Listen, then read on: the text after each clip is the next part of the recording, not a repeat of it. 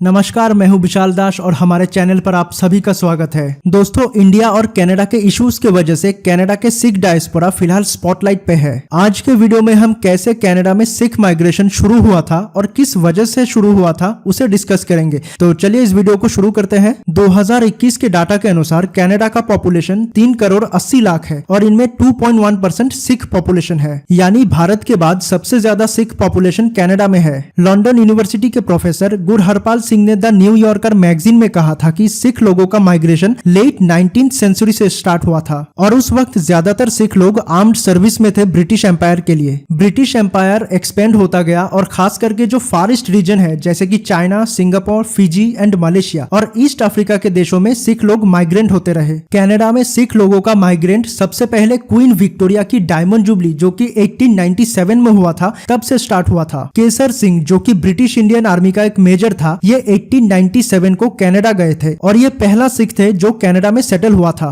Kesar Singh Hong Kong regiment में थे और वो क्वीन विक्टोरिया की डायमंड जुबली को सेलिब्रेट करने वैनकूवर गए थे और उस डायमंड जुबली में चाइनीज और जापानीज सोल्जर्स भी शामिल थे। कनाडा में सिख माइग्रेशन का पहला वेव 1900 के इनिशियल टाइम से शुरू हुआ था और ज्यादातर लोग एज ए लेबर काम करने गए थे। सबसे पहले के इमिग्रेशन में सिर्फ 5000 लोग गए थे और वो सिर्फ पैसा कमाने गए थे, ना कि सेटल होने। इनका प्लान था कि 4-5 साल काम करके अच्छा खासा पैसा इनकम करने के बाद वापस भारत लौट आएंगे। कनाडा में सिख माइग्रेंट्स को बहुत जल्दी काम मिल जाता था कंपेयर टू लोकल कैनेडियंस और इसके वजह से लोकल्स को ये लगने लगा कि ये लोग लोकल कैनेडियन का हक छीन रहे हैं और इस वजह से सिख लोग वहां पे रेसिज्म फेस कर रहे थे। लेकिन फिर भी सिख माइग्रेशन कम नहीं हुआ था और इसके वजह से सिचुएशन काफी टेंस हो गया था। उसके बाद पब्लिक प्रेशर की वजह से उस वक्त कनाडा की सरकार एशियन इमिग्रेंट्स के ऊपर $200 का चार्ज लगा दिया था। मतलब किसी एशियन माइग्रेंट अगर कनाडा जाता है तो उसे $200 देना पड़ता था और यह अमाउंट उस वक्त बहुत ज्यादा था और इसी वजह से 1908 के बाद इमिग्रेशन ड्रास्टिकली कम हुआ था। 1907 से लेकर 1908 के बीच 2500 लोग कनाडा गए थे, लेकिन इस नए नियम के वजह से आफ्टर 1908 सिर्फ 12 से 13 लोग ही कनाडा जाते थे हर साल। 1914 में एक इंसिडेंट हुआ था जिसे कोमागाटामारू इंसिडेंट के नाम से जाना जाता है। एक्चुअली हुआ यह था कि एक जापानीज शिप जिसका नाम था कोमागाटामारू, ये 376 साउथ एशियन पैसेंजर्स को लेके कनाडा पहुंचा था और इसमें ज्यादातर सिख लोग थे और उसके बाद कनाडा की पुलिस उन लोगों को अरेस्ट करके 2 महीने जेल में रखने के बाद वापस उनको एशिया में भेज दिया गया था। According to the Canadian museum of human rights, जब ये शिप भारत पहुंचा था तब ब्रिटिशर्स को लगा कि ये लोग रिवॉल्यूशनरीज हैं